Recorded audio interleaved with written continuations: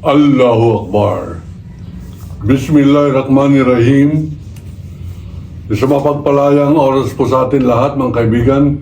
Ito po ang Kawal ng Demokrasya, Kawaldi Carbonell. Ngayon po ay ka-23 ng Enero 2026. Napakahalaga po itong mensahe na ito at napaka-iksi. Kaya po kung hanggang maaari, paki-share, paki-pasa at paki-subscribe. Kinakailangan makarating po ito sa pamilya ng Duterte. Alam po ninyo, tuloy-tuloy ang pananakot, ang terorismo ng walang hiyang pamilyang ito ng mga Duterte. Hindi po lingid sa inyo na hayagan na nag-issue ng terorismo itong si Vice President Sara Duterte nang sinabi niyang kaya meron na siyang kinausap para patayin si BBM, si Lisa Marcos at si Martin Romualdez. Ganyan po ang patakaran ng mga Duterte, mag-terrorize. Ngayon, nung isang araw, 4 na araw na po nakakaraan, na-encounter ko po sa social media yun namang statement ni Pulong Duterte. Ang sabi niya, pag may nangyari sa tatay ko, namatay siya sa The Hague, guguluhin ko ang Pilipinas. Bawal po magbura rito eh. Pero ang gusto ko po sabihin sana, ulul, wag po. Hindi ko po itutuloy. Kasi hindi po tayo nagmumura. Nananakot ka pa. Patakot-takot ka pa. Tang naka. Yung tang, ano yun, yung iniinom? Tang orange ba yun? Ngayon mga kaibigan, hindi ko po papayagan na mag-terrorize itong Duterte na ito. Hindi po ako natatakot sa kahit na sinong Duterte, kahit na ilang kayo. Mga Duterte duwag. Marami nagsasabi bakit yung Big Fish wala raw na didemanda. Hindi ko maintindihan kung bakit. And the biggest fish, ayan si Pulong Duterte sa Kongreso. Kalahin ninyo, 51 billion mula nung Pangulong tatay niya hanggang ngayon, magmula dun sa pagiging cabinet member for Department of Public Works and Highways, si Mark Villar.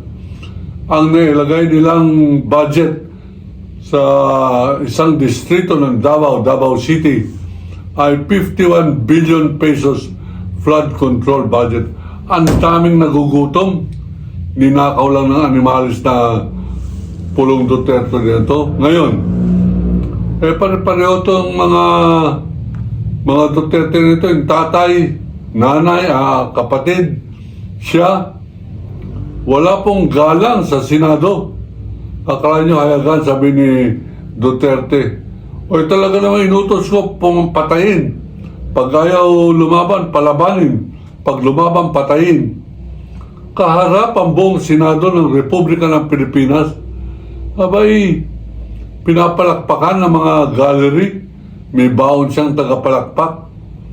Mabuti na lang, meron tayong isang senador nagsabing, galangin po ninyo itong Senate.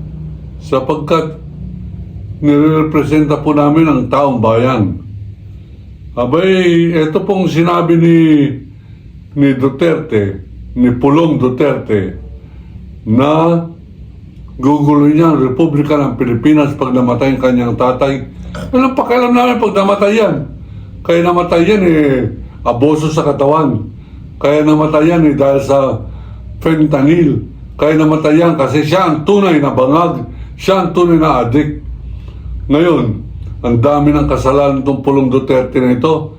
Hindi na kita hamunin sapagkat ang Duterte tatakduwag. Hinamon ako ng tatay mo. Pinuntahan ko sa harap ng City Hall. Sabi niya mag-duelo kami sa harap ng City Hall. Pinuntahan ko September 6, 2003. Hindi sumipot. Noong November 10, 2024, nung sinabi ni Baste Duterte na pag nakabalik sila sa Malacanang sa 2028, bobombahin niya ang Ilocos Norte, patay ang mga Ilocano sapagkat marami raw bangag doon, tulad daw ng ginawa ng tatay niya sa pagbomba ng Marawi. Talagang mga siraulo ito. Akala niya walang kakasa. Kinasang kita. Baste. Pakalat niyo po itong video nito para makarating sa kanya. Pag nagdemanda to at tayo ay dinamanda sa Davao, pupuntahan ko yan. Yang baste na yan sa Davao. Mga tatakduwag yan. Ngayon, hindi ko nahamunin. Hinamon ko si Baste, hindi rin sumipot. Abay, nandun ang mga vloggers niya para i-record ang kanyang katapangan at mga maisog. Pati mga maisog, supot, walang dumating. Ngayon, hindi na kita hahamunin. Pulong. Yun. Hindi kita hamunin. Kahit na magpa-cute ka, pulong. Kung saan kita makita, sasapakin kita. Ingatan mo na lang magkita tayo. O warning yan. I-record po ninyo yan. Kahit saan kita makita, may tama ka sa akin. Animalis ka. Pulong Duterte ka. 51 billion. Magnanakaw. Duwag. Duwag. Duwag. Hintayin mo ko. Kahit saan kita makita, sasapakin kita. Lagot ka sa akin. Ako si Waldy Carbonell, inibig ko Pilipinas. China, layas! Duterte, pugutan!